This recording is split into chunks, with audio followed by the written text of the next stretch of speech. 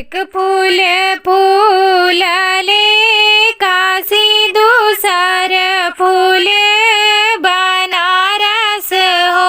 ललना तीसर फूल फूले मोरे अंगना चौथ का फूल अचराना हो। ललना तीसर फूल फूलले अंगना चौथ का फूल अचराना हो।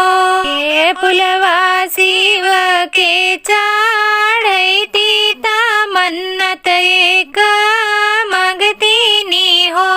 ललना निहुरी गोड़वा लगतीनी पूजा कर करतीनी हो।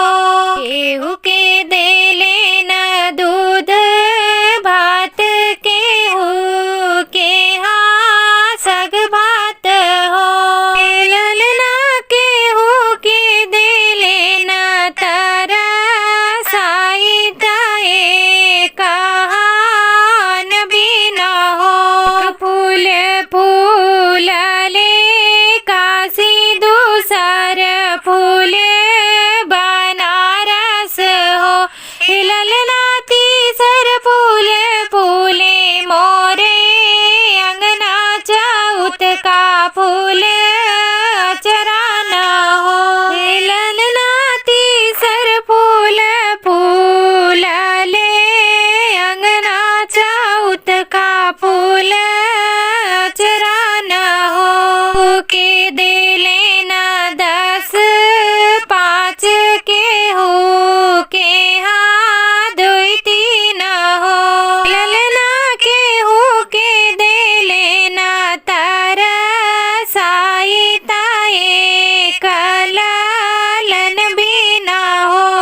तीनों भोला जी हाँ मारो के गोदी में हो रिलवानो हो।